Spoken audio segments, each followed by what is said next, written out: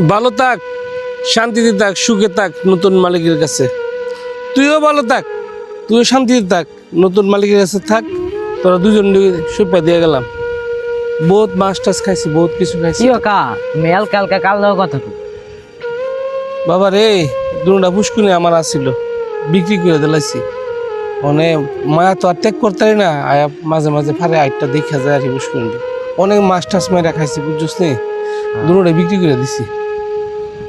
আও কাহা মানুষ পুত্র সুখে হয় আতর আর টাকা সুখে হয় কাতর।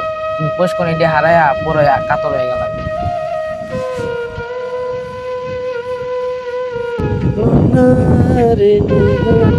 ভাই কিছু কারে উহে নদী কেলা একা একা দাঁড়ায় পুষ্কনির লগে কথা কইতাছে।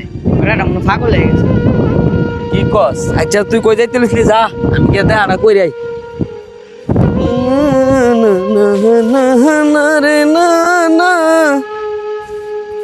ওই সুপকা, ওই সুপকা, ওই হারো হারো হারো হারো, ওই সুপকা, এই সুপকা তোমার ডাক্তার শুনো না।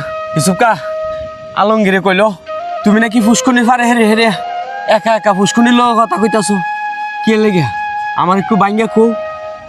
বাচ্চাটা রে, তোরা তো জানো সেই পুষ্কুনি আমার দুটা পুষ্কুনি আমার ছিল। পুত্রে ইউরোপ পাঠামো চিন্তা করে দুটা পুষ্কুনি বিক্রি করে দিছি। হ্যাঁ পুষ্কুনি মায়া আর ছাড়তারি না। পুষ্কুনি ডাক দিলে এখন আমার কথা শুনে পুষ্কুনি পার বিড় করি ঘুরি টুরি পুষ্কুনি দেখে আরি মায়া ত্যাগ করতে না, বুঝছ না? এর জন্য পুষ্কুনি পারে ঘুরি, অন্য কোনো কিছু না।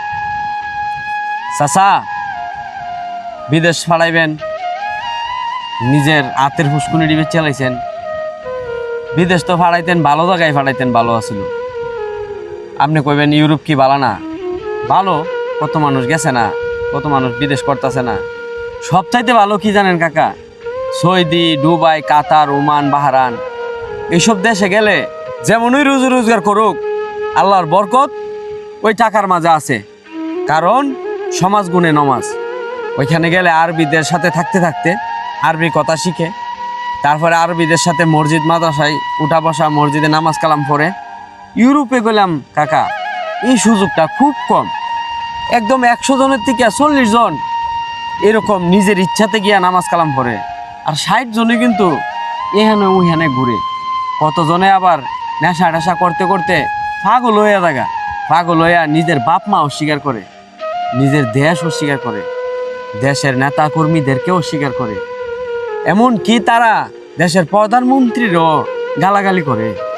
আমি তো আজ পর্যন্ত দেখলাম না কোনো মিডল ইস্টের থেকে একটা লোক দেশের প্রধানমন্ত্রীর গালাগালি করতে, কিংবা বাপ মারে গালাগালি করতে, এলাকার সর্দারের গালাগালি করতে। যতই দেখছি হাতে গোনা কয়েকজনের নামও আমি বলতে পারবো, তারা ইউরোপ থাকেই কিন্তু এই রকম কার্যকলাপগুলা করে।